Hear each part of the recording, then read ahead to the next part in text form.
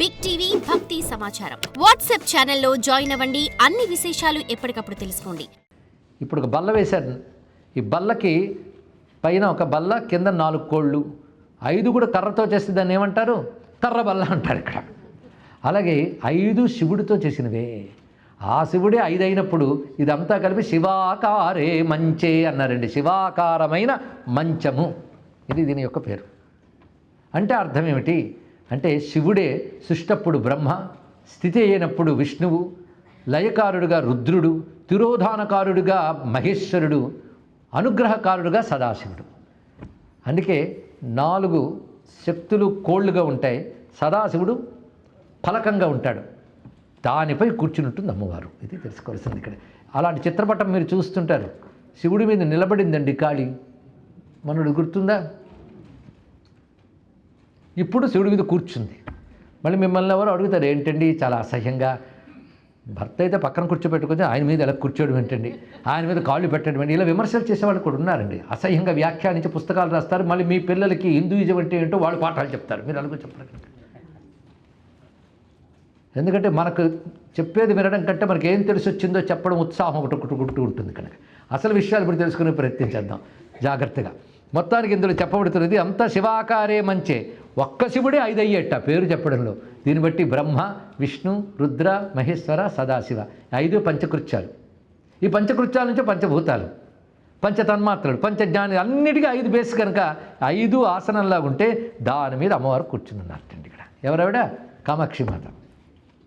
అంటే మహారాణి కూర్చుంటే కానీ ఇవన్నీ కథలవి కనుక వీటిపై కూర్చుంది కనుక సృష్టికి మొదట కారణమైన శివకామశక్తి అమ్మవారిగా కూర్చుంటే ఈ పంచతత్వములు పనిచేయడం మొదలవుతున్నాయి. అందుకే పంచబ్రహ్మాసన స్థిత అని చెప్పుకుంటూ అమ్మవారిని సుధా సింధోర్మధ్యే సురవిటపి వాటి పరివృతే మణిద్వీపే నీపోపవనవతి చింతామణి గృహే శివాకారే మంచే పరమశివ పర్యంక నిలయాం. శివాకారమనే మంచంపై అంటే మంచే, ఆ బల్లపై లేదా ఆసనంపై ఆవిడొక్కరే కూర్చోలేదుట, ఆయన కూర్చున్నాడు. ఆయన పేరు శివకామేశ్వరుడు. శివకామేశ్వర అంకస్థ శివకామేశ్వరుడు ఆయన ఒళ్ళో ఆవిడ కూర్చుందిట. ఇక్కడైతే కామాక్షి రూపంలో ఆయన లోపల దాగిపోయాడు. కానీ అక్కడ కామేశ్వరుడు 2 రూపాలు ఒకేలా ఉంటాయి. 2 యువకులు, యువతి. 2 చేతుల్లో చెరకవెల్లి పువ్వులు, బాణాలు, పాశాంకసాలు కామనం. ఆయన పేరు కామేశ్వరుడు, ఈవిడి పేరు కామేశ్వరి. వీళ్ళిద్దరూ 16 సంవత్సరాల ప్రాయంలో ఉంటారు. ఇప్పుడు 16 వర్ష ప్రాయం. షోడశం పరిపూర్ణత్వానికి సంకేతం. ఆ రూపంతో ఉంటారు. ఇలా ధ్యానించమని పెద్దలు చెప్పారు. శివాకారే మంచే పరమశివ పర్యంక నిలయాం. అక్కడ శివాకార, ఇక్కడ పరమశివ అన్నారు. ఏమిటి తేడా అంటే, శివుడు సృష్టి స్థితి లయ ఇవి చేసేటప్పుడు 5 అయ్యాడు. 5ంటికి అతీతుడైనప్పుడు శివకామేశ్వరుడు. ఆయన శక్తి శివకామేశ్వరి. అందుకే ఆయన ఒళ్ళో కూర్చుందిట. ఒళ్ళో కూర్చుంది అంటే వాళ్ళు విడదీయలేని వారు అని చెప్పడానికి కూర్చుందండి ఇక్కడ. ఇప్పుడు అర్థమైంది అమ్మవారి రూపంలో ఉన్నటువంటి భావం. కనుక శివకామేశ్వరుడు ఒళ్ళో ఉందని భావించవచ్చు.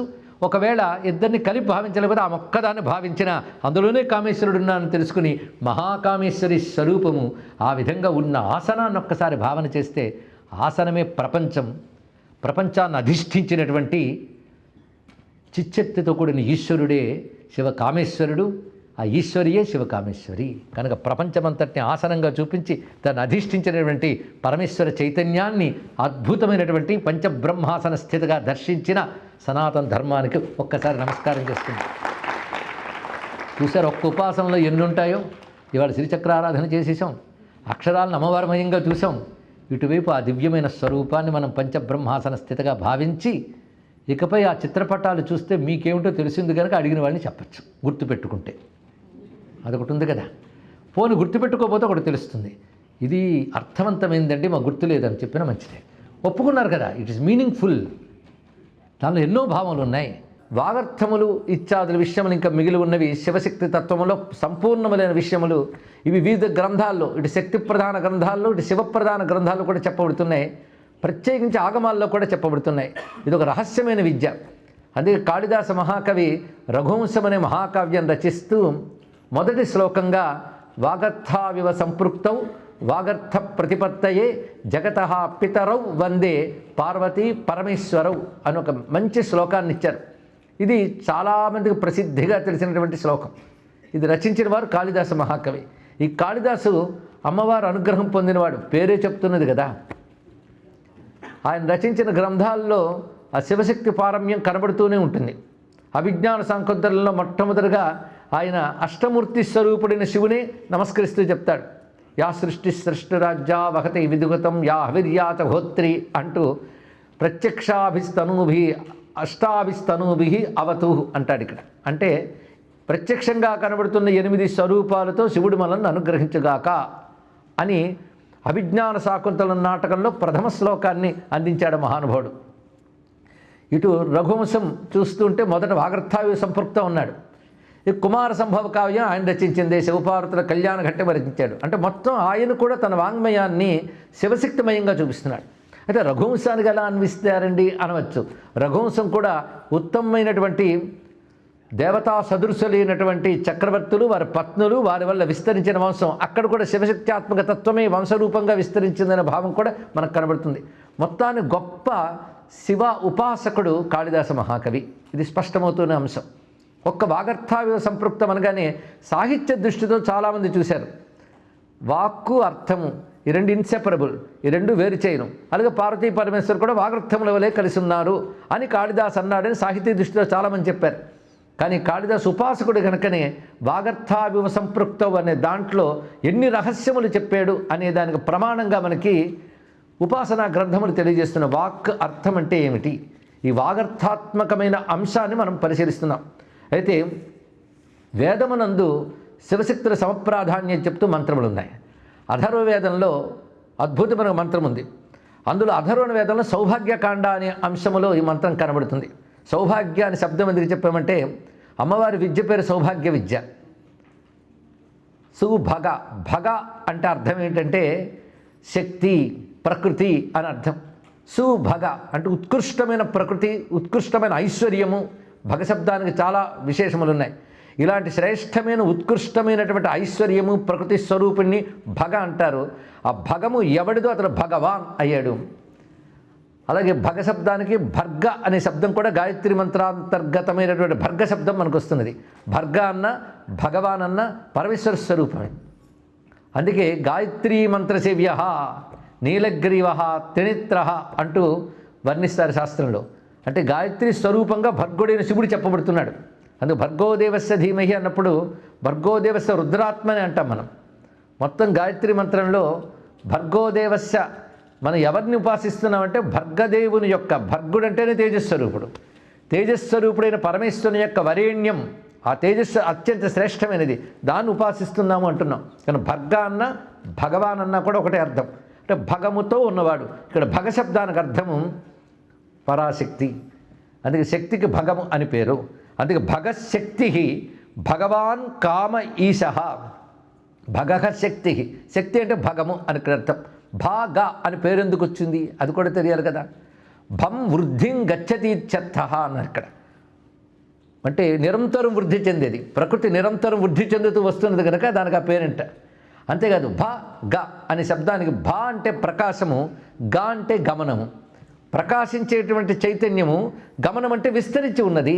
కానీ భగ అనే శబ్దానికి ఇంత విశేషమైన భావం ఉన్నది. ఆ భగ సుభగ అంటే అత్యంత మేలు కలిగించేది, శ్రేష్టమైనది సుభగ.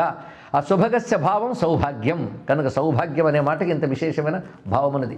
అంతేకాదు త్రికోణ రూపం ఏదైతుందో అది ఇచ్ఛ జ్ఞాన క్రియాత్మకమైన త్రికోణం.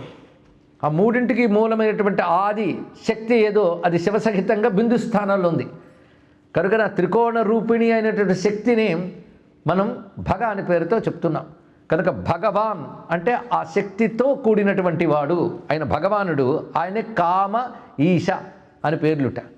అంటే కామేశ, కామము ఈశ అని విభాగం చేయడం ఏంటంటే సంకల్పశక్తితో ఉన్నవాడు కనుక కామ అన్నారు.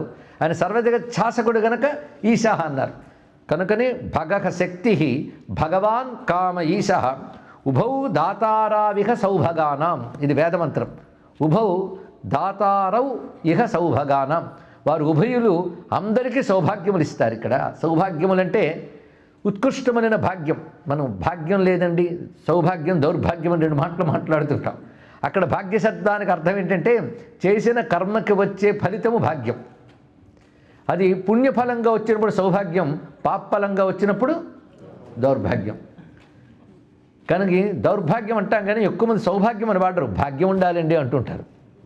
అంటే భాగ్యం ఉండాలంటే సౌభాగ్యం ఉండాలని అర్థం, అందుకని దౌర్భాగ్యం ఉండాలని ఉద్దేశం అనం కదా. కనుక భాగ్యం అంటే సౌభాగ్యం అని అర్థం, కానీ సౌభాగ్య దౌర్భాగ్యములు రెండు ఉంటాయి. కనుక అందరికి కావాల్సిన సౌభాగ్యమే. చిత్రం ఏంటంటే సౌభాగ్యం రావాలంటే పుణ్యాలు చేసి ఉంటూ వస్తుంది, కానీ పాపాలు చేసి సౌభాగ్యం రావాలంటే ఎక్కడ వస్తుంది?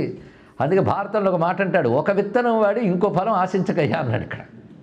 అంతే కదా, ఒక విషపు విత్తనం వాడి దాని నుంచి జాంపండు రావాలంటే ఆ చెట్టు నుంచి ఎక్కడ వస్తుందండి? వేసిన విత్తనం బట్టే ఫలం ఉంటుంది, చేసిన కర్మ బట్టే అనుభవం ఉంటుంది. ఇది తెలుసుకోవాల్సింది. కానీ భారతంలో ఒక మాట అంటాడు, పుణ్యం వల్ల సుఖం వస్తుంది తెలిసి పుణ్యాలు ఎవడు ఆచరించడు, కానీ పుణ్యఫలం మాత్రం కోరుకుంటారు. పాపం వల్ల దుఃఖం వస్తుంది తెలిసినా పాపాలే ఆచరిస్తారు కానీ ఫలాన్ని కోరుకోరే అన్నాడు. కోరుకోకపోయినా వస్తుంది, ఏం చేస్తాం? కనుక సౌభాగ్యం అనే మాట ఆనందము, పుణ్యఫలం ఆనందమేగా. కనుక సర్వజీవులకి అటువంటి ఆనంద రూప ఫలాలు ఇచ్చేవాళ్ళు ఉభౌ అంటే ఇద్దరును. కనుక కామేశ్వరుడు భగవానుడై మనకి ఆ రెండు ఇస్తాడు. అందుకే అమ్మకి భగవతి అని పేరు, ఆయనకు భగవాన్ అనే పేరు. అక్కడ కూడా నామసామ్యం మనకు కనబడుతున్నది ఇక్కడ. For more videos like this, subscribe Big TV channel.